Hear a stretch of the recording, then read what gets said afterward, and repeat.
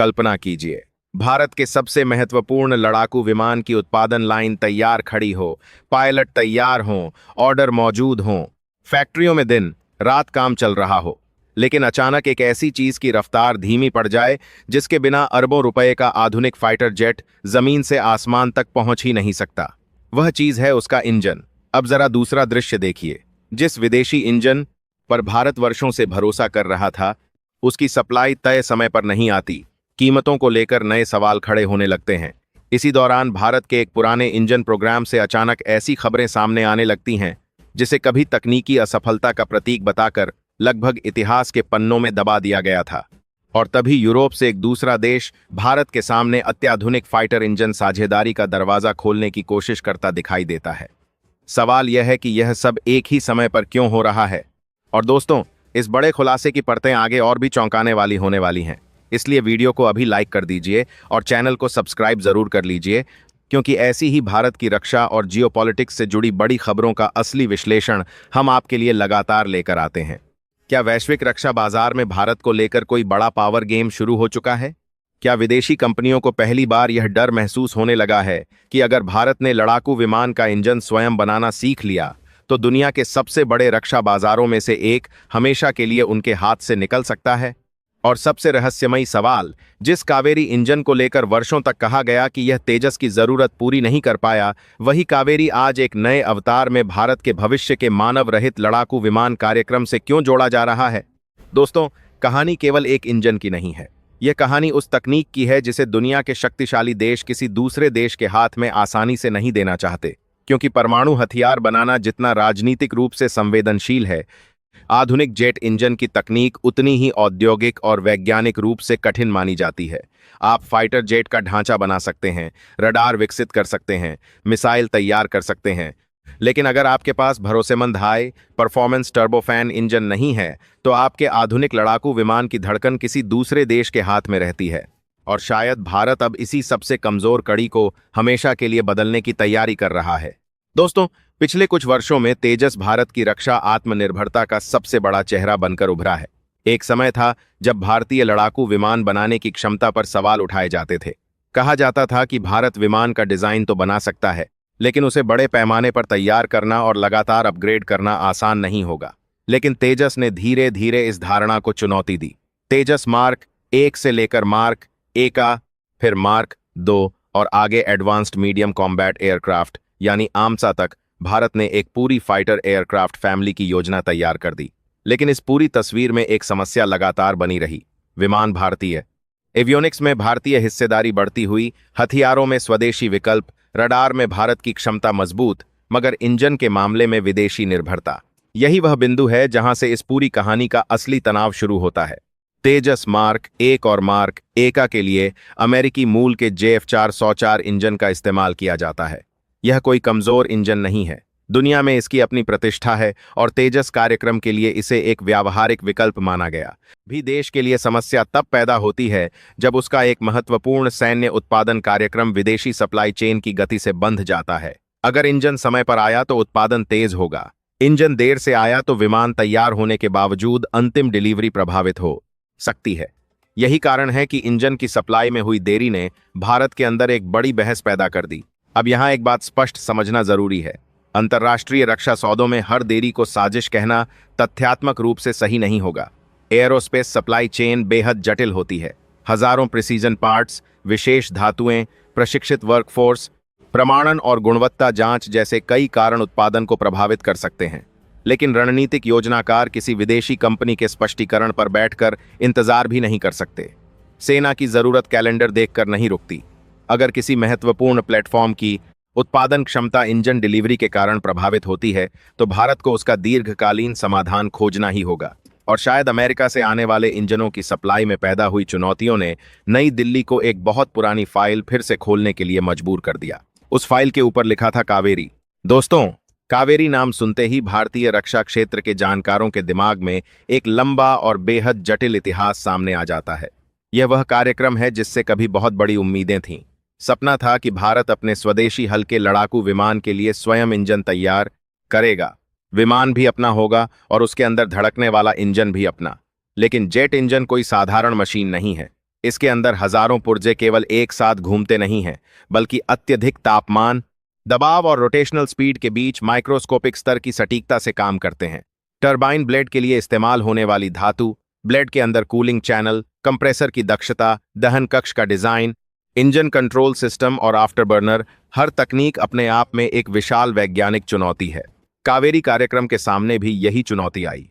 भारत ने इंजन बनाया, उसका परीक्षण किया, कई तकनीकी क्षेत्रों में क्षमता विकसित की, लेकिन तेजस के लिए जिस स्तर के थ्रस्ट टू वेट अनुपात और प्रदर्शन की आवश्यकता थी, उस समय कावेरी उस लक्ष्य तक नहीं पहुंच पाया। विमान का वजन और आवश्यकताएं बदलती गईं, लेकिन इंजन की क्षमता उस गति से आगे नहीं बढ़ सकी।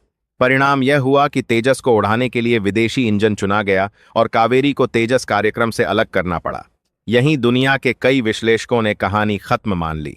कहा गया भारत जेट इंजन नहीं बना सकता, कावेरी असफल हो गया, अरबों रुपए खर्च हो गए, वर्षों का समय निकल गया। लेकिन शायद सबसे बड़ी गलती यही थी कि कावेरी को केवल एक तैयार उत्पाद के रूप में देखा गया। किसी ने यह समझने की कोशिश नहीं की कि एक असफल करबर बना थे। घोषित इंजन कार्यक्रम भी किसी देश को कितनी तकनीक सिखा सकता है, क्योंकि दोस्तों, तकनीकी दुनिया में असफलता का अर्थ हमेशा शून्य नहीं होता।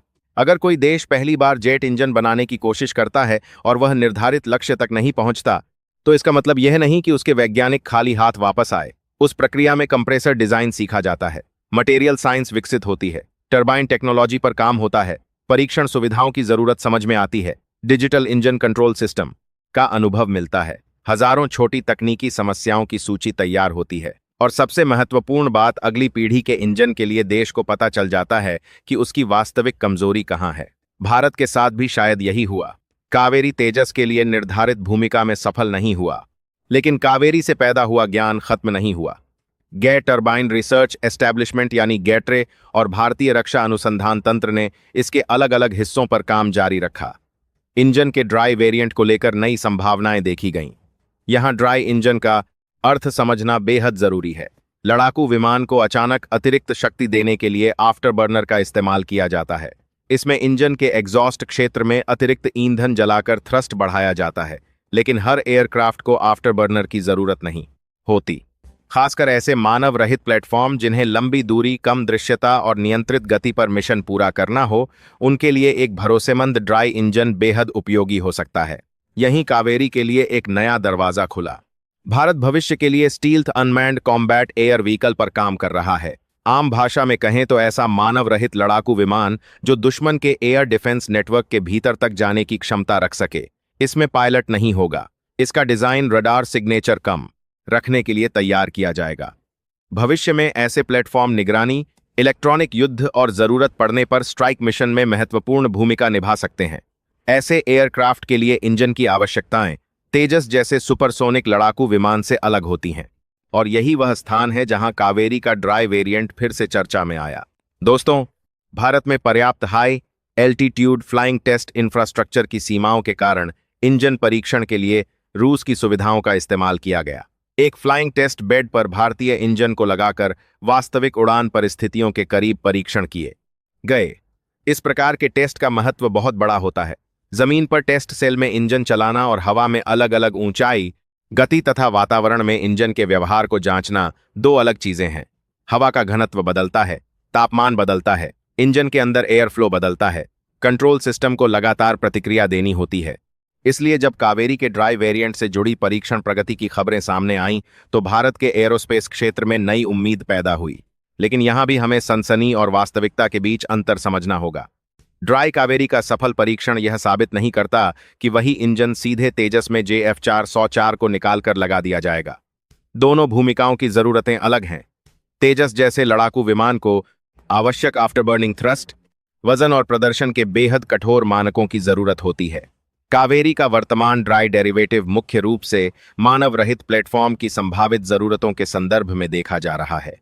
लेकिन रणनीतिक महत्व इस बात में है कि भारत के पास अब एक स्वदेशी गैस टरबाइन को वास्तविक प्लेटफॉर्म तक पहुंचाने की संभावना बन रही है।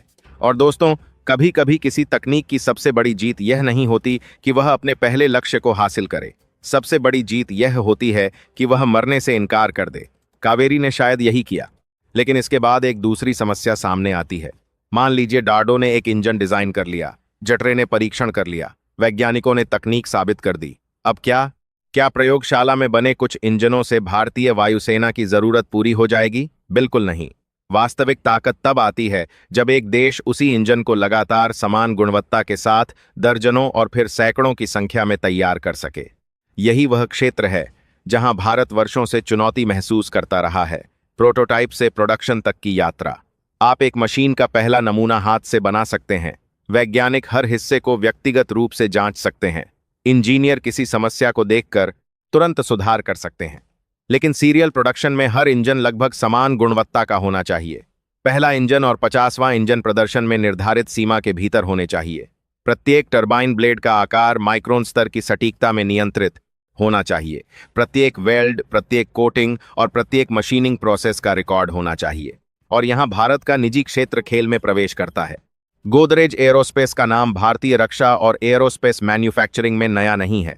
कंपनी वर्षों से जटिल एयरोस्पेस कंपोनेंट्स के क्षेत्र में काम करती रही है। लेकिन कावेरी डेरिवेटिव से जुड़ी मैन्युफैक्चरिंग गतिविधियों ने एक अलग संकेत दिया। संकेत यह कि भारत अब केवल सरकारी प्रयोगशाला के अंदर इंजन बनाकर संतुष्ट नहीं होना चाहता। सरकार, अनुसंधान संस्थान और निजी मैन्युफैक्चरिंग कंपनियों के बीच एक ऐसा नेटवर्क तैयार करने की कोशिश हो रही है जो भविष्य में बड़े स्तर पर इंजन उत्पादन का आधार बन सके। यही असली परिवर्तन है, क्योंकि अमेरिका में जीई अकेले काम नहीं करता। फ्रांस में सैफरन के पीछे एक विशाल सप्लायर नेटवर्क है। ब्रिटेन में रोल्स रॉयस के साथ सैकड़ों विशेषज्ञ कंपनियां जुड़ी होती हैं। आधुनिक इंजन एक कंपनी नहीं बनाती, एक पूरा औद्योगिक इकोसिस्टम उसे जन्म देता है। भारत को भी यही इकोसिस्टम बनाना होगा। गोदरेज एरोस्पेस, आजाद इंजीनियरिंग, MTAR टेक्नोलॉजीज, हाल और कई अन्य भारतीय कंपनियों की बढ़ती भूमिका इसलिए महत्वपूर्ण है क्योंकि इंजन तकनीक केवल डिजाइन ड्राइंग से स्वदेशी नहीं होती। अगर डिजाइन आपका है लेकिन महत्वपूर्ण टरबाइन डिस्क बाहर से आती है तो वह जात बार है। विशेष कोटिंग विदेश में होती है और हाई प्रिसीजन कंपोनेंट किसी विदेशी सप्लायर से आता है तो आपकी रणनीतिक निर्भरता पूरी तरह खत्म नहीं हुई। स्वदेशी इंजन का असली अर्थ है डिजाइन से लेकर मटेरियल, मशीनिंग, कोटिंग, असेंबली, परीक्षण और ओवरहॉल तक धीरे धीरे देश के अंदर क्षमता पैदा करना। और दोस्तों, भारत में शायद पहली बार इतने बड़े स्तर पर यह समझ विकसित हुई है कि जेट इंजन को केवल DRDO का प्रोजेक्ट मानकर नहीं छोड़ा जा सकता। इसे राष्ट्रीय औद्योगिक मिशन बनाना होगा।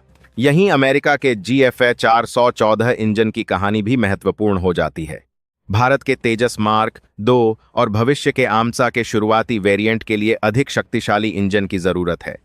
F404 की क्षमता से आगे जाने के लिए F414 को महत्वपूर्ण विकल्प के रूप में चुना गया। यह इंजन अलग अलग आधुनिक लड़ाकू विमान कार्यक्रमों में इस्तेमाल हुआ है और इसकी तकनीक परिपक्व मानी जाती है।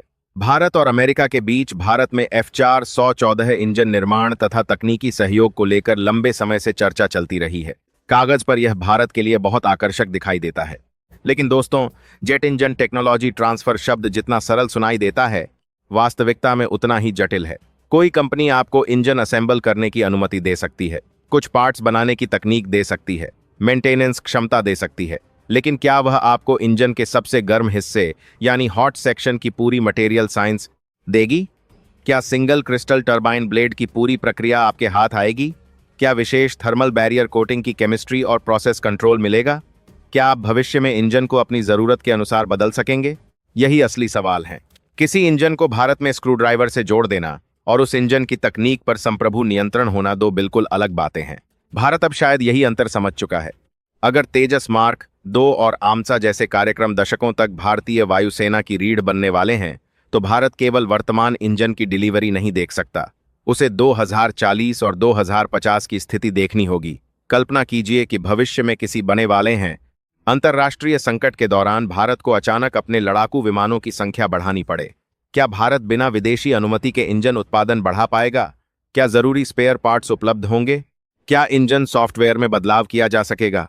क्या निर्यात के समय किसी तीसरे देश की अनुमति की आवश्यकता पड़ेगी? रक्षा आत्मनिर्भरता का अर्थ यही है, संकट के समय फैसला आपका हो। और संभवतः इसी कारण भारत एक साथ कई रास्तों पर चल रहा है। एक तरफ अमेरिकी इंजन का उपयोग जारी है क्योंकि वर्तमान फाइटर प्रोग्राम को रोकना संभव नहीं। दूसरी तरफ कावेरी डेरिवेटिव को आगे बढ़ाया जा रहा है ताकि स्वदेशी इंजन इकोसिस्टम को वास्तविक प्लेटफॉर्म मिले। तीसरी तरफ भविष्य के 110 से 120 प्रोग्राम के 20 प्रधानमंत्री के लिए डराने वाले हैं। किलोन्यूटन श्रेणी के इंजन के लिए विदेशी तकनीकी साझेदार की तलाश चल रही है। और यहाँ फ्रांस का नाम सामने आता है। फ्रांस और भारत के रक्षा संबंधों का इतिहास अलग प्रकार का रहा है। मिराज 2000 से लेकर राफेल तक फ्रांसीसी प्लेटफॉर्म भारतीय वायुसेना का हिस्सा रहे हैं। भारत और फ्रांस के बीच रणनीतिक सहयोग केवल विमान खरीद तक सीमित नहीं है। अंतरिक्ष, समुद्री सुरक्षा और रक्षा उद्योग जैसे क्षेत्रों में भी दोनों देशों के संबंध मजबूत हुए हैं। फ्रांसीसी कंपनी सफरान आधुनिक विमान इंजन तकनीक के क्षेत्र में दुनिया की प्रमुख कंपनियों में से एक है। राफेल में इस्तेमाल होने वाला 88 इंजन इसी तकनीकी परंपरा का हिस्सा है। भारत के भविष्य के AMCA कार्यक्रम के लिए अधिक शक्तिशाली स्वदेशी इंजन विकसित करने की चर्चा में सफरान का नाम बार बार सामने आता रहा है। लेकिन यहां भारत के सामने सबसे बड़ा सवाल है, क्या साझेदारी वास्तव में संयुक्त विकास होगी या फिर एक और विदेशी इंजन निर्भरता? भारत अब केवल तैयार इंजन खरीदना नहीं चाहता। भारत ऐसी साझेदारी चाहता है जिसमें भारतीय वैज्ञानिक डिजाइन प्रक्रिया के अंदर हों, भारतीय इंजीनियर कोर टेक्नोलॉजी समझें, इंजन भारत में बने, भविष्य के अपग्रेड में भारत की भूमिका हो और सबसे भारत में बने भारत की भूमिका हो। महत्वपूर्ण, इस सहयोग से भारत अगला इंजन स्वयं विकसित करने की क्षमता हासिल करे। अगर सफरान या कोई अन्य विदेशी कंपनी इस स्तर की साझेदारी के लिए तैयार होती है तो यह भारत के एयरोस्पेस इतिहास का बहुत बड़ा मोड़ होगा। लेकिन दोस्तों, फ्रांस के अपने रणनीतिक हित भी हैं।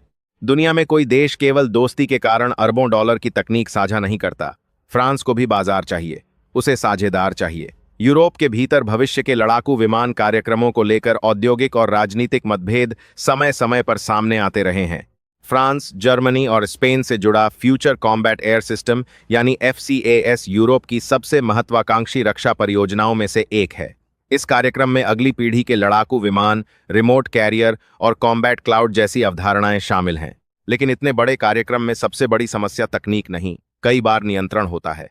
कौन मुख्य डिजाइनर होगा, किस कंपनी को कितना काम मिलेगा, विमान के बौद्धिक संपदा अधिकार किसके पास होंगे, निर्यात का फैसला कौन करेगा, इंजन किस देश की कंपनी बनाएगी, प्रोजेक्ट का नेतृत्व किसके हाथ में होगा। यूरोप के संयुक्त रक्षा कार्यक्रमों में ये सवाल नए नहीं हैं। फ्रांस की डसॉल्ट एविएशन के पास राफेल बनाने का अनुभव है। जर्मनी की अपनी औद्योगिक प्राथमिकताएं हैं। एयरबस डिफेंस की अपनी भूमिका है। जब अलग अलग देश एक ही अत्याधुनिक विमान बनाने बैठते हैं तो तकनीकी डिजाइन से पहले राजनीतिक समीकरण सामने आने लगते हैं। यही कारण है कि FCAS से जुड़े मतभेदों पर पूरी दुनिया की नजर रही है। अब कुछ विश्लेषक यह सवाल पूछ रहे हैं कि अगर यूरोप के अंदर अगली पीढ़ी के फाइटर प्रोग्राम में देरी या गंभीर मतभेद बढ़ते हैं तो क्या फ्रांस वैकल्पिक अंतर्राष्ट्रीय साझेदार तलाश सकता है? और अगर ऐसा होता है तो भारत से बड़ा संभावित साझेदार कौन होगा? भारत के पास विशाल रक्षा बाजार है। भारतीय वायुसेना को आने वाले दशकों में बड़ी संख्या में आधुनिक लड़ाकू विमानों की आवश्यकता होगी। भारत के पास डाडो, आडा, हाल और तेजी से बढ़ता निजी एयरोस्पेस सेक्टर है। भारत के पास सॉफ्टवेयर और आर्टिफिशियल इंटेलिजेंस की क्षमता है। भारत आमचा विकसित कर रहा है। भारत मानव रहित कॉम्बैट एयरक्राफ्ट पर काम कर रहा है। सबसे महत्वपूर्ण बात, भारत के पास राजनीतिक और रणनीतिक महत्व है। इसलिए अगर फ्रांस भारत के साथ अगली पीढ़ी की तकनीक पर गहरा सहयोग चाहता है तो उसे केवल दोस्ती के चश्मे से नहीं देखना चाहिए। यह दोनों देशों के हितों का मिलन हो सकता है। फ्रांस को एक बड़ा बाजार और तकनीकी साझेदार मिल सकता है। भारत को इंजन तथा एडवांस्ड एयरोस्पेस टेक्नोलॉजी में वर्षों की दूरी कम करने का अवसर मिल सकता है। लेकिन क्या भारत को सीधे 6th जनरेशन विमान पर छलांग लगा देनी चाहिए? दोस्तों, यहां मामला थोड़ा जटिल है। दुनिया में अभी 6th जनरेशन फाइटर की कोई एक तय परिभाषा नहीं है। अलग अलग देश अपनी आवश्यकताओं के अनुसार इसकी व्याख्या कर रहे हैं। अमेरिका अपने ngad कार्यक्रम पर काम कर रहा है। यूरोप में FCAS और GCAP जैसी परियोजनाएं हैं। चीन भी अगली बनाने के लिए दसान CMNDNDI की और R बनाने की जो BCM दसाइल आजार कर रहे हैं। पीढ़ी के विमान कार्यक्रमों पर काम कर रहा है। इन प्लेटफॉर्म में स्टील्थ के साथ एडवांस्ड सेंसर फ्यूजन, मानव और मानव रहित विमान की संयुक्त टीमिंग, कृत्रिम बुद्धिमत्ता, नेटवर्क सेंट्रिक युद्ध और लंबी दूरी की क्षमता पर जोर दिया जा रहा है। लेकिन इंटरनेट पर 6th जनरेशन से जुड़ी कई तकनीकों को तथ्य की तरह पेश कर दिया जाता है, जबकि उनमें से कुछ अभी अवधारणा या अनुसंधान स्तर पर हैं। उदाहरण के लिए क्वांटम रडार को अक्सर ऐसे बताया जाता है जैसे कल सुबह हर 6th जनरेशन फाइटर में यह लगा मिलेगा। वास्तविकता इससे कहीं अधिक जटिल है। इसी तरह डायरेक्टेड एनर्जी वेपन को लड़ाकू विमान पर प्रभावी तरीके से लगाना ऊर्जा उत्पादन, थर्मल मैनेजमेंट और वजन जैसी गंभीर चुनौतियों से जुड़ा है। इसलिए भारत को प्रचार से नहीं, टेक्नोलॉजी रोडमैप से आगे बढ़ना होगा और शायद रक्षा नेतृत्व की तरफ से अगली पीढ़ी की तकनीकों पर अभी से काम शुरू करने की बात का अर्थ यही है। अगर भारत 2040 में सिक्स्थ जनरेशन विमान बनाना चाहता है तो उसकी रिसर्च 2038 में शुरू नहीं की जा सकती। इंजन, मटेरियल, सेंसर, कंप्यूटिंग और स्टील्थ टेक्नोलॉजी पर आज से काम करना होगा। यही वह जगह है जहां कावेरी की कहानी और आमसा की कहानी आपस में जुड़ जाती है। कावेरी भारत को यह सिखाता है कि देर से शुरू करने की कीमत क्या होती है। जब भारत ने कावेरी शुरू किया तब देश के पास आधुनिक जेट इंजन डिजाइन का सीमित अनुभव था। परीक्षण सुविधाएं सीमित थीं। मटेरियल टेक्नोलॉजी में अंतर था। वैश्विक कंपनियां अपनी सबसे संवेदनशील तकनीक देने के लिए तैयार नहीं थीं। परिणामस्वरूप भारत को लगभग हर समस्या स्वयं समझनी पड़ी। अब अगर भारत अगली पीढ़ी के इंजन पर काम शुरू करता है तो स्थिति अलग है। आज हमारे पास कावेरी कार्यक्रम से दशकों का डेटा है। हमारे पास इंजन वैज्ञानिकों की एक पीढ़ी है। हमारे पास बेहतर सुपर कंप्यूटिंग क्षमता है। कंप्यूटेशनल फ्लूइड डायनेमिक्स के आधुनिक टूल हैं। एडिटिव मैन्युफैक्चरिंग तेजी से विकसित हो रही है। भारतीय कंपनियां वैश्विक एरोस्पेस सप्लाई चेन के लिए प्रिसीजन पार्ट्स बना रही हैं। मटेरियल साइंस में काम आगे बढ़ा है। मतलब भारत शून्य से शुरू नहीं करेगा। लेकिन दोस्तों, यहां एक कड़वा सच भी है। जेट इंजन के क्षेत्र में भारत अभी भी दुनिया के शीर्ष देशों से पीछे है। इस सच्चाई को स्वीकार करना कमजोरी नहीं है। समस्या तब होती अगर भारत इस अंतर को स्वीकार करके प्रयास ही बंद कर देता। अमेरिका, ब्रिटेन, फ्रांस और रूस ने दशकों तक हजारों इंजन बनाकर अनुभव हासिल किया है। उन्होंने युद्धों, दुर्घटनाओं, परीक्षणों और लगातार अपग्रेड से अपनी तकनीक सुधारी है। भारत को यह अनुभव एक रात में नहीं मिलेगा। यही कारण है कि कावेरी डेरिवेटिव को किसी वास्तविक मानव रहित प्लेटफॉर्म पर लगाना इतना महत्वपूर्ण हो सकता है।